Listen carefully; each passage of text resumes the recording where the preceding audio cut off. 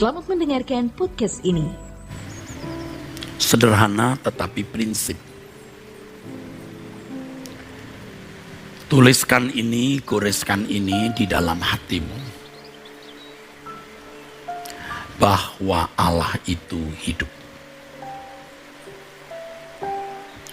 Ada Allah yang nyata.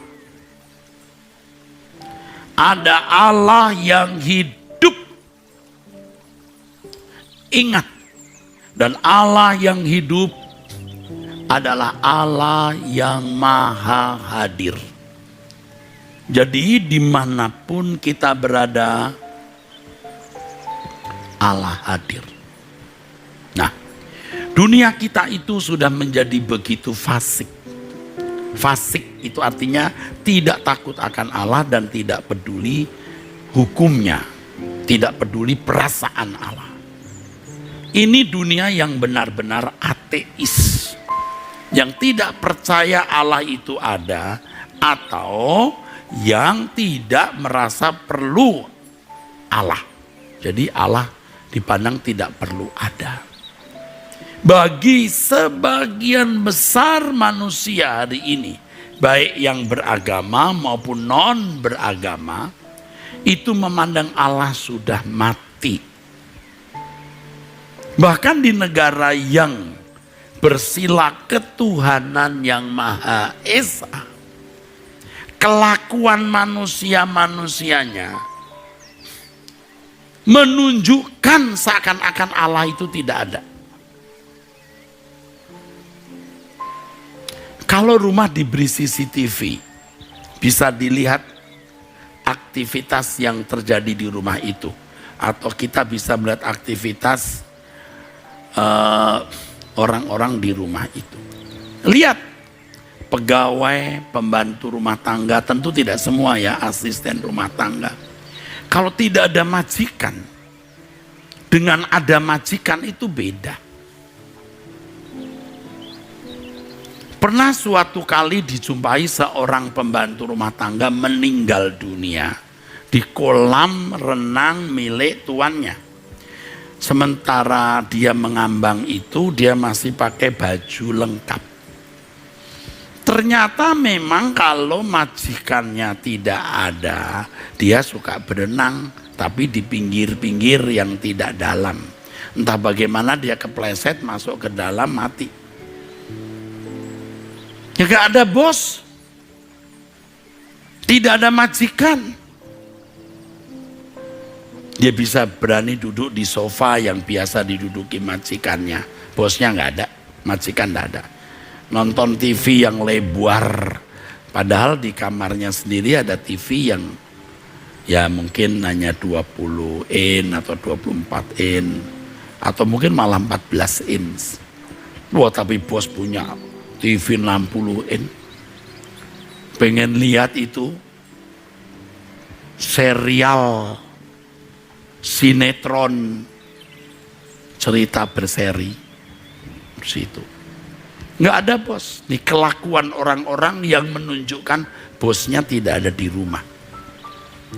Kelihatan kerjanya gedebak-gedebuk, buru-buru supaya cepat selesai, lalu masak-masak sendiri.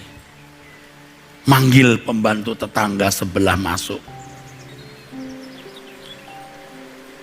Sirup yang biasa dihidangkan untuk nyonya dan tuanya dibagi untuk teman pembantu yang datang di sebelah, dari sebelah rumah. Kelakuannya menunjukkan bahwa bosnya tidak ada. Dari CCTV kita lihat, bosnya pasti nggak ada nih, nggak ada nih.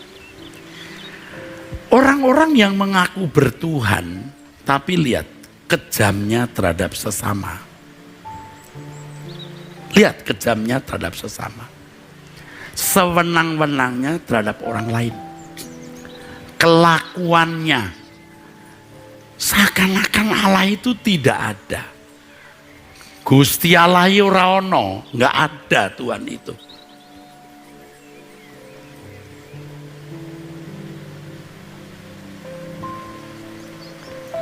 Lihat, bahkan ada juga pemimpin-pemimpin yang mestinya menunjukkan hidup ketuhanannya. Tapi malah tidak. Termasuk orang-orang yang mengaku dirinya sebagai orang yang berorientasi pada kegiatan di lingkungan agama. Tapi kelakuannya tidak menunjukkan bahwa dia benar-benar yakin Allah itu ada. Lebih menyedihkan kalau dalam lingkungan gereja. Pernah satu kejadian, saudaraku, waktu saya masih muda ya. Ada keributan di sebuah tempat, ada seorang lari lalu ada yang mengejar pakai golok, tapi akhirnya berhenti yang mengejar pakai golok. Kalau tidak salah, pokoknya perkelahian aja begitu. Anda tahu apa yang terjadi? Di rumah seorang majelis gereja yang sedang mengadakan rapat majelis. Berantem. Yang satu bawa golok. Kabur yang mau digolok. Tetangga ngelihat, loh kok ada si pitung. Tadi dimulai rapatnya dengan nyanyi, hormat bagi Allah Bapa, hormat bagi anaknya. Baru nyanyi hormat bagi Allah Bapa, bagi anak. Lalu bisa bawa golok. Edian gak itu? Gendeng lah saudara. Bisa itu. Seakan-akan Tuhan tidak ada di situ. Ini semua saya ceritakan bukan jelek-jelekin orang, atau Anda tidak akan pernah tahu siapa. Supaya fakta ini kita lihat, jangan kita berbuat hal yang sama. Karena terus terang Anda dan saya juga sering berbuat hal yang sama dalam kasus yang lain. Tapi kita jangan lagi lah ya, kita kan mau berkemas-kemas pulang ke surga, saudaraku.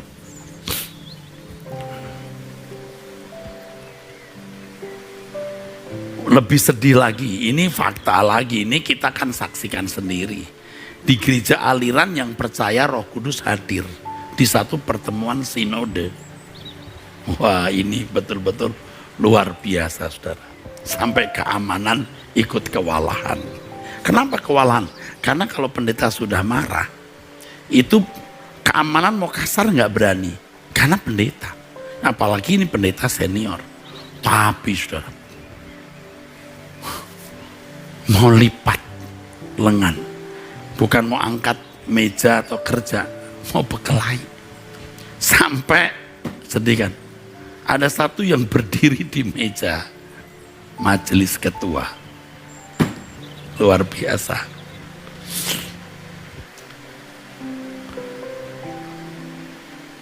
Padahal memulai acara itu lagunya begini. Lagunya begini. Roh Kudus, Kau hadir di sini. Roh Kudus, ku mengasihimu. Lah kok baru nyanyi Roh Kudus ku hadir di sini? Berkelahi begitu. Ya waktu itu saya juga belum sedewasa hari ini. Ya, walaupun saya tidak ikut perkelahian, tapi saya juga kadang-kadang setuju kepada salah satu pihak. Tapi sekarang setelah tua begini, kita baru sadar, aduh, kita kok sewenang-wenang terhadap perasaannya Tuhan ya. Ya. Ini contoh-contoh yang menunjukkan betapa mudahnya kita menganggap Tuhan sudah mati walaupun kita bertuhan. Lihat itu ibu-ibu. Kalau ngomongi ibu-ibu yang lain. Jeng ngerti nggak Jeng? Itu tuh si ibu itu Jeng. Dia tuh kumpul kebo. Tuh. Kalau orang lain punya mau kumpul kebo, kumpul kambing, kumpul monyet. Itu urusan orang, kenapa sih kamu ngomongin? Kalau ternyata tidak, dia sudah resmi jadi suami istri gimana? Tidak sedikit ibu-ibu yang bengis. Dia tuh jaga perasaan sendiri, dia mau senang sendiri, tidak jaga perasaan Tuhan. Mertua yang datang dari kampung, mau lihat cucu dan anaknya. Menantu perempuannya, tidak suka itu ibu datang. Kenapa? Kalau mertua datang cerewet, banyak ngatur, ceramah terus tiap hari. Begitu muncul mertua, dia bilang, waduh KKR ini. Tiap hari KKR. Maka dia juga berakting, cari cara bagaimana itu mertua tidak betah. Karena dia cerdas, dia berakting, sampai mertua betul-betul stres. Ngadepin ini menantu. 2 minggu stres, 2 bulan gila. Dan itu menantu tenang-tenang saja. Dia malah bangga cerita kepada temannya. Mertua gua bikin gila tahu, biar tahu rasa dia. Loh, kok you nggak takut Tuhan? Sementara di gereja orang Kristen nyanyinya menyenangkanmu, senangkanmu. Hanya itu kerinduanku. Kok bisa loh mulutnya? Padahal hidupnya tiap hari menyenangkanku, senangkanku. Begitu. Hanya itu kesukaanku. Demi kesenangannya dia sewenang-wenang. Ini contoh. Belum yang lain. Kekejaman dan kebengisan yang dilakukan kaum ibu atau kaum wanita. Fitnah lebih kejam dari pembunuhan, betul. Nah, belum tahu kenyataannya sudah mempercakapkan. Kamu tahu nggak katanya? Tuh katanya. Makanya ada ibu-ibu, ini benar yang berkata begini, Pak, saya tidak mau ke kebaktian kaum wanita. Komisi wanita, saya tidak mau. Saya lebih baik kebaktian aja di umum. Loh, kenapa? Jawabnya gini, waduh Pak, ibu-ibu itu paling banyak mulutnya. Loh. Nah ini semua fakta. Jadi kita mau berubah, saudaraku. Ya, kita harus percaya Allah itu hidup, Allah itu hadir. Ibrani pasal 11 ayat yang ke-6. Allah hadir, Allah hidup, Allah nyata. Dengan menghayati hadirnya Allah, dengan menghayati hadirnya Tuhan, maka saudaraku, kita menjadi takut akan Dia. Dengan hati yang takut akan Allah, kita akan menjaga pikiran kita, jangan menyimpan dendam, kebencian, sakit hati. Jangan mengucapkan kata-kata yang tidak patut. Jangan berbuat hal-hal yang melukai orang lain. Sederhana saja. Percaya Allah itu hidup, Allah nyata, Allah hadir.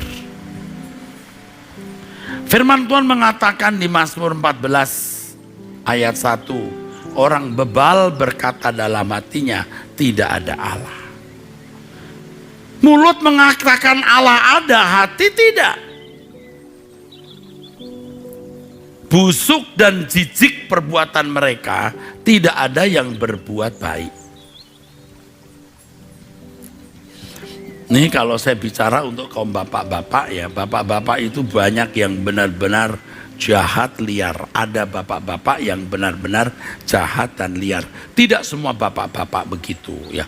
Tentu ada bapak-bapak yang baik, yang kudus, yang tulus, yang mencintai Tuhan, menghayati kehadiran Allah. Bapak-bapak yang sembarangan hidup. Sudah punya istri, pacaran lagi. Sudah punya istri tempat lain sampai punya anak. Orang Kristen. 8 tahun baru tahu anaknya sudah besar dari istri, dari wanita lain. Itu kejam sekali, saudara. Ya memang orang tuh ya, walaupun sudah menikah, dagingnya enggak mati. Loh ini enggak mati. Nanti di kantor ketemu sekretaris cantik, di jalan ketemu wanita cantik. Selalu ada. Dan ini menuntut. Nah sekarang tinggal bagaimana kita menghayati kehadiran Allah enggak? Ada semacam candid camera yang lihat. Wah jangan. Suatu hari saya datang di satu hotel. Ya kita capek pengen refleksi. Lalu kita datang ke tempat pijat. Saya bilang ada refleksi enggak? Oh ada pak. Laki atau perempuan? Wah semua perempuan di sini. Waduh, ada yang laki nggak? Nggak ada pak. Oh, nggak apa-apa pak. Perempuan juga bisa di kamar juga pak. Oh, terus ada nyeletuk itu perempuan. Kita bisa pak luar dalam pelayanan. Hah? Apa itu luar dalam? Saya pura-pura nggak dengar tuh. Saya lewat aja luar dalam. Bisa panas dalam ini. Udah, saya pura-pura nggak dengar. Saya lewat aja. Lalu daging saya bicara begini, Eras. Nggak apa-apa, cuman kaki kamu yang dipegang. Nggak merusak kekudusanmu. Nah kalau kamu malu di tempat ini, di mana? Di tempat pijat lalu orang ngelihat kamu, pendeta kok pijit-pijit wanita. Ya kamu masuk kamar aja deh. Toh nggak ada orang lihat, dia masuk di kamarmu, pijit kakimu. Setelah itu dia suruh kamu keluar. Kamu jaga kekudusan. Oh, saudara, daging kita itu bisa bicara begitu. Bisa. Jadi punya akal ini, kelicikan itu. Wah, enggak, jalan. Jangan sampai dosa masuk. Seperti cerita orang Arab dan untanya di padang gurun. Jadi ceritanya begini, ini bagus ceritanya. Jadi ada orang Arab naik unta di padang gurun. Biasa dong, udah istirahat sore berhenti, dia buka kemah, dia tidur di dalam kemah. Padang gurun itu kalau siang panas, malam dingin. Ini untanya begini kedinginan. Aduh, untanya lihat majikannya ngorok. Lihat pintu kemahnya terbuka sedikit. Dia monyongnya dimunculin dikit. Supaya agak hangat. Waduh, tetap ngorok itu si tuan, istri majikannya itu, orang Arab itu. Ya ini kebetulan saya pinjam kata orang Arab karena memang di ilustrasi itu disebut orang Arab. Tapi belum tentu ini kisah nyata, ini kan ilustrasi. Dan tidak semua orang Arab juga di padang gurun kan, ada yang di kota. Ini orang Arab di padang gurun. Nanti jangan ada orang Arab marah loh. Wah dia menghina orang Arab. Ini kan ilustrasi saja Pak. Belum tentu kejadian benar. Lagi pula tidak semua orang Arab di padang gurun. Jadi kalau Anda tersinggung mungkin Anda maksudnya orang itu kali ya yang di padang gurun. Ini ilustrasi. Lalu dia lihat ini tuannya masih tidurnya ngorok. Dia masukin lagi itu kepalanya. Wah keseluk. Tahu dong kepala unta segede apa? Kepala unta kan besar saudaraku. Lebih besar dari pedal sepeda kan. Oh lebih hangat lagi nih si unta. Oh ini si majikannya masih. Wah udah dimasukin lagi kepalanya. Wah lebih hangat. Untanya juga jadi begini. Wah enak. Bangun majikannya. Dibilang apa ini? Ternyata untanya. Gak apa-apa deh. Aman. Gak apa-apa. Untanya sudah masuk leher separuh. Hangat kan. Masukin lagi lebih dalam. Kegeser ini orang Arab di pinggir kemah. Bangun dia. Loh, Kok aku di pinggir? Dia lihat ontanya sudah separuh lebih lehernya masuk. Tapi ya nggak apa-apa lah, sama-sama hangat. Onta nggak mau, cuman seluruh lehernya plus kaki depannya. Anda tahu akhir cerita ini? Ontanya ada di dalam kemah dan majikannya di luar kemah. Begitu bangun tuh majikan, dia sudah di padang pasir. Jangan beri kesempatan. Jadi kalau cerita ini ya, saya ingat waktu dari muda dulu. Jadi sampai hari ini kalau saya ada godaan gitu, saya bilang, jangan seperti orang Arab dan untanya. Saya terlalu terinspirasi oleh cerita Yusuf. Memang sosok favorit saya itu ya tentu Yesus Tuhan kita segalanya dong. Tapi di perjalanan lama saya senang dengan Daud dan Yusuf. Aduh, Yusuf itu luar biasa, integritasnya itu loh. Nah, dia mengucapkan kalimat yang luar biasa ya saudara. Pada waktu dia menghadapi Nyonya Potifar itu. Ada satu pernyataannya yang mesti kita perhatikan. Ketika istri tuannya memandang Yusuf dengan berahi, Kejadian 39 ayat 30 ayat 7. Kejadian 39 ayat 7. Istri tuannya memandang Yusuf dengan berahi, bukan berani ya, berahi. Marilah tidur dengan aku. Yusuf menolak dan berkata kepada istri tuannya, dengan bantuanku, tuanku itu tidak lagi mengatur apa yang ada di rumah ini. Ia telah menyerahkan segala miliknya pada kekuasaanku dan seterusnya. Lalu dia dia ucapkan kalimat ini. Bagaimana mungkin aku melakukan kejahatan yang besar ini dan berbuat dosa terhadap Allah?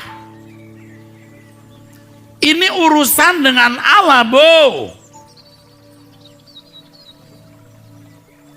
Jadi ketika Anda punya tawaran dosa, maaf bos, ini bukan urusanku dengan bos saja, dengan Allah. Waktu bosnya memberikan dia gelang emas, memperhatikan, lalu ngajak ada tugas keluar kota, lalu memberi kamar di sebelah, lalu bos berkata, Ning nanti kalau malam kalau kamu gak keberatan mampirlah ke kamar saya, kita diskusi apa. Aduh bos, kayaknya gak pantas walaupun kita gak buat apa-apa bos, kalau mau di bawah dengan teman-teman. Kenapa bos taruh saya di lantai atas di beda sama teman-teman dan berdampingan dengan kamar bos? Ini setan. Lalu wanita ini harus berkata, bagaimana aku melakukan kejahatan yang besar ini dan berbuat dosa terhadap Allah? Itu Allah hadir di situ, Bu. Mertua datang, bayangkan, pikirkan, dan memang begitu adanya. Dia mama dari suamimu yang membesarkan sampai suamimu menjadi seorang insinyur.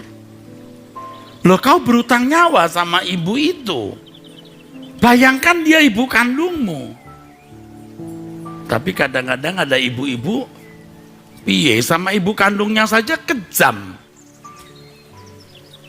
Nah ini sudah rusak. Kepada ibu kandungnya saja galak, kejam. Udah bakatlah masuk neraka. Wanita-wanita begitu itu nanti kumpulan sama kuntilanak-kuntilanak di neraka. Ibu-ibu jangan bengis. Ya, terhadap bawahan pegawai yang melakukan kesalahan, nasihati. Bayangkan dia anakmu. Dan itu yang Tuhan ajarkan ke saya sebenarnya. Ketika saya memperlakukan atau men-treat seseorang, lalu saya membayangkan kalau itu Stephen, saya buat apa? Saya panggil juga, ketemu dengan beberapa teman, orang dekat saya berkata, kayaknya kita salah deh buat ini. Itu dalam hati saya. Kita mesti men-treat orang seperti kita menganggap dia anak kita. Ngerti nggak kata ibu-ibu. Dia itu punya anak gay. Bayangkan kalau itu anakmu gay. Kamu kasihan nggak? Lesbi loh anaknya dia. Lalu rasa bangga gitu, anakmu nggak lesbi. Anakmu nggak lesbi tapi anakmu pelakor bisa. Lah kok bisa loh Anda sembarangan? Pikirkan seandainya itu anakmu. Nah ini konteks ini saya khotbahkan di lain waktu. Sekarang yang saya mau khotbahkan adalah bagaimana kita selalu menghayati Allah itu hadir. Setiap tutur kata, setiap ucapan, setiap perbuatan kita pertimbangkan apakah ini menyenangkan hati Allah atau tidak. Itu yang menjadi pertimbangan kita, saudaraku. Untuk itu gimana supaya kita bisa menghidupkan Allah dalam hidup kita, Bu? Gimana? Yuk ikutin ya. Yang pertama, belajarlah firman Tuhan, bacalah Alkitab, dan bayangkan, imajinasikan. Ini peristiwa benar-benar terjadi. Dan memang terjadi. Dan imajinasikan seakan-akan dia baru berlangsung beberapa waktu yang lalu. Supaya kita memiliki hubungan emosi dengan peristiwa-peristiwa itu.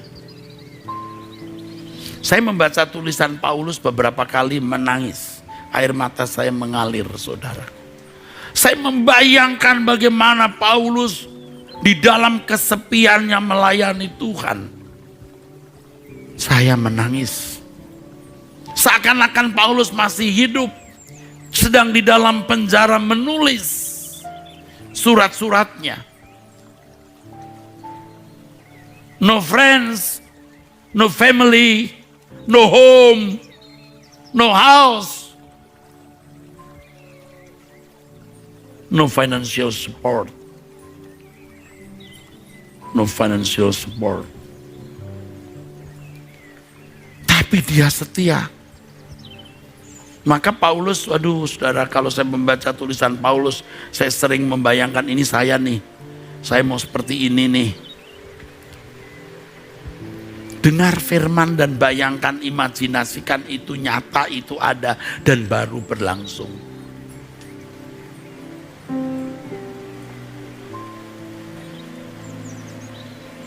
Dan ternyata, dan sebenarnya hal ini, sudah menjadi kebiasaan saya sejak muda waktu jadi guru sekolah minggu. Kalau menceritakan satu cerita, saya memiliki bakat eidetis namanya. Bakat membayangkan itu sebuah cerita dan seakan-akan itu nyata. Benar. Benar. Sehingga kita menghayati bahwa ada Allah yang hidup, Allah yang nyata.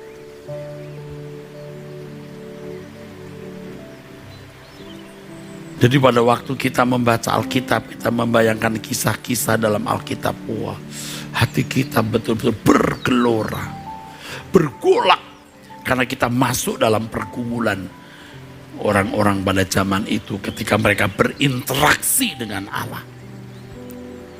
Yang kedua, miliki kehidupan doa, pertemuan dengan Tuhan. Kalau kita yang sudah usia tua begini mestinya paling tidak 30 menit, saudara. Ya jangan hanya 15. Sekarang ada doa pagi. Tolong deh tiap jam 5 pagi ku doa pagi. Ya. Tanya ke sekretariat GSKI Rehoboth, Kelapa Gading, supaya mendapatkan ID dan passcode-nya. Ikuti Truth ID, selalu muncul itu doa pagi. Aduh saudara, indah. Saya tidak bermaksud meninggikan diri, saudaraku. Saya nggak boleh banyak cerita, takut nanti salah mengerti. Saya sering bangun jam 1, jam 2 pagi, saya berdoa sampai subuh. Akibatnya apa sekarang? Itu jadi irama. Tidur jam 11 bangun jam 1, jam setengah 2. Tidur jam 11 masih bangun juga jam setengah 1. Tidur jam 9 apalagi 9 sore, 9 malam saya tidur. Jam 12 biar kayak pagi. Seger banget. Itu saya pakai berdoa dan tidak sedikit lagu-lagu yang saya karang itu lahir dari doa-doa itu. Saya mencoba mencari wajah Tuhan. Saya selalu mencoba mencari wajah Allah, saudaraku. Dan itu menjadi kesukaan hidup, kebahagiaan hidup, saudaraku. Jadi hayati cerita Alkitab seakan-akan baru terjadi.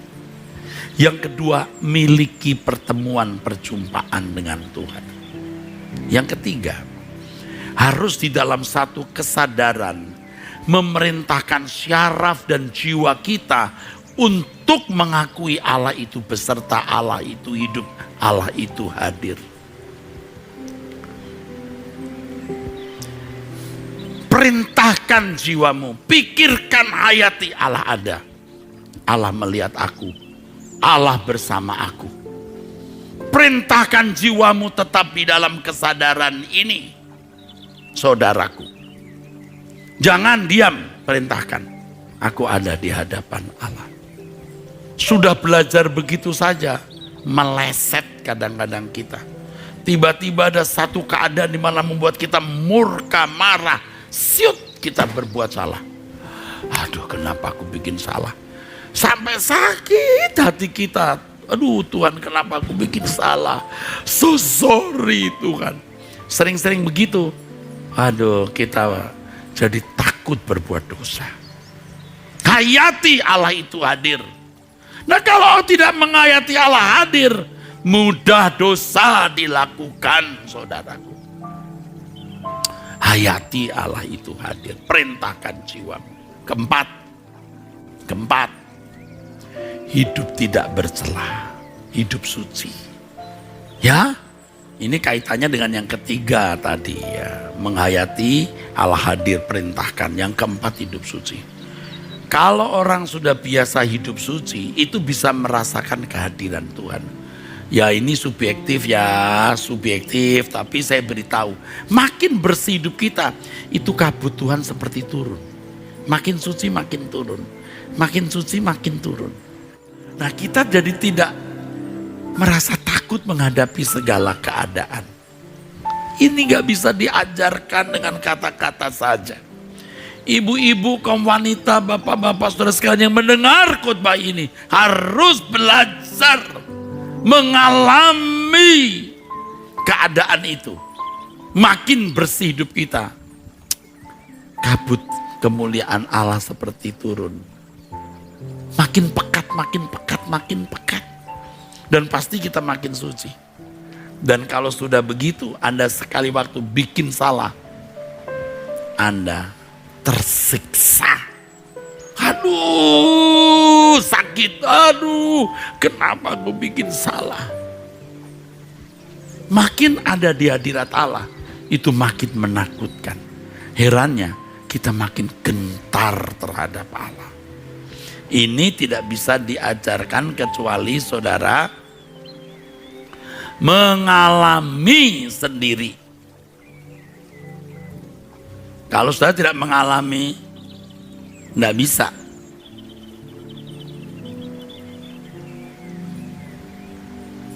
Kalau saudara tidak mengalami sendiri, nggak bisa. Anda harus mengalami sendiri baru tahu.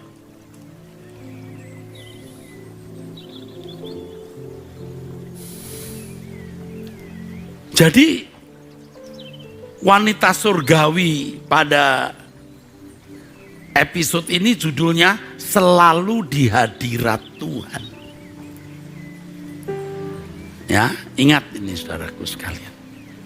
Baca Alkitab seakan-akan baru terjadi. Doa, perintahkan seluruh saraf jiwamu untuk menghayati Allah hadir. 4, hidup suci. 5, Jangan bergaul dengan orang yang merusak hadirat Allah yang kau miliki. Sebab orang-orang itu nanti membawa Anda ke percakapan-percakapan yang tidak patut. Nah, terkait dengan hal ini juga, saudaraku. Nih, dengerin nih saudaraku. Jangan nonton film dan apa yang Roh Kudus tidak nyaman di situ. Saya bukan tidak nonton film, saya nonton juga, saudara. Sambil olahraga, saya lihat film, saya lihat TV. Tapi kalau ini nggak patut, saya langsung nggak lewati, merusak. Apapun. Nah, ibu-ibu itu senang, aduh bisa kenal dengan ibu wali kota. Oh boleh, bukan salah. Bergaul boleh. Apalagi kalau itu ada urusan bisnis atau ada kepentingan dengan suami boleh. Tapi jangan tenggelam di situ. Jangan karena dia seorang terhormat lalu bisa menyeret Anda kepada hal-hal yang merusak hadirat Allah yang Anda miliki. Kita harus menjaga hadirat Allah itu. Saya tuh sedang belajar juga sebenarnya. Makanya ya saudara, saya belajar. Berat. Supaya bagaimana hadirat Allah yang saya alami pada waktu berdoa, saya bawa di ruang makan, saya bawa di dalam mobil, saya bawa ke gereja, saya bawa waktu saya berkhotbah. Ini seringkali dari ketebalan 70 jadi 60, 50, 40, 30, 20, di mimbar 10. Lalu supaya hadiratnya Allah hadir, perasaan kita ledak-ledakkan. Jadi munafik, tidak tulus, tidak natural. Nah, saya bersyukur dengan tiap hari doa jam 5 pagi, di mana dihadiri lebih dari 2.200 sampai 2.300, dan lalu lintasnya bisa sampai 2.800 sekian kalau tidak salah menurut yang yang menjadi operator ini, saudaraku, ya sekitar 2.200 lah yang konstan terus. Saya belajar untuk berdoa natural. Nah, saya ini kan udah pernah ke bawah suasana karismatik yang kalau nggak nangis nggak mantap gitu. Waduh, kita memang mau nangis, pasti nangis lah waktu disentuh Tuhan. Tapi jangan emosional sampai akhirnya tidak natural, munafik, lalu jadi rusak. Tulus saja. Selalu di hadirat-Mu, menghayati kekudusan-Mu. Saya membayangkan kalau suatu hari saya bertemu Tuhan, lalu saya ngomong apa ya? Dan saya menemukan satu kebenaran. Kalau saya bisa sampai tingkat tidak merasa memiliki apa-apa, dan benar-benar saya rela persembahkan, dan benar-benar aku klaim menjadi milik Tuhan semua. Aku gak punya apa-apa. Wah, itu hati kita pecah, saudara. Tuhan, aku tidak punya apa-apa lagi. Aku mau pulang bertemu dengan Engkau. Nama baik pun tidak aku miliki, Bapa. Yang kujaga selama puluhan tahun rasanya aku dirusak. Tapi aku mau pulang bertemu dengan Engkau, dan Engkau yang kenal hidupku.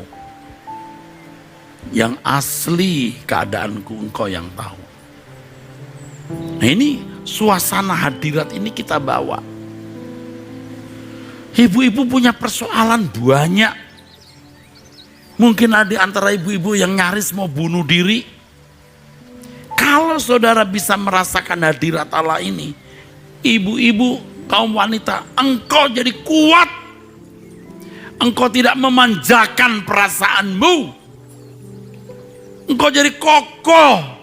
Karena Tuhan besertamu, Dia mendampingi engkau.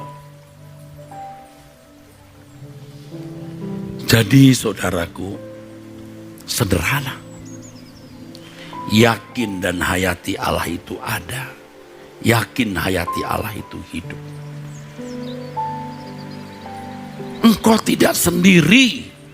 Engkau bisa dikhianati orang tua sendiri, ditindas oleh mertua, dikhianati oleh suami, atau didurhaka oleh anak.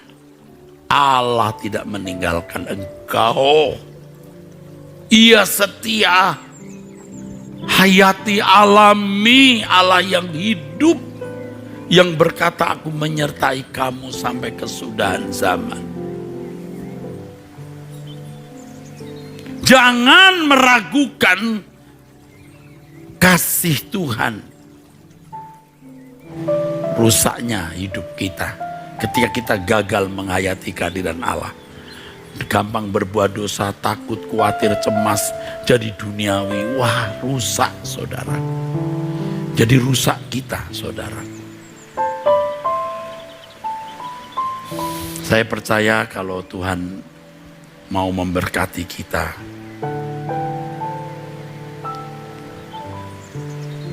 Tuhan pasti akan memberkati kita dengan satu, kehadirannya. Kehadiran Tuhan lebih dari semua berkat. Lebih dari semua berkat. Yuk ya, jadi kuat ya pesan ini ya saudara. Selalu menghadirkan hadirat Allah. Kita kuat. Hidup suci, tinggalkan dunia. Kita kuat menghadapi segala tantangan. Amin.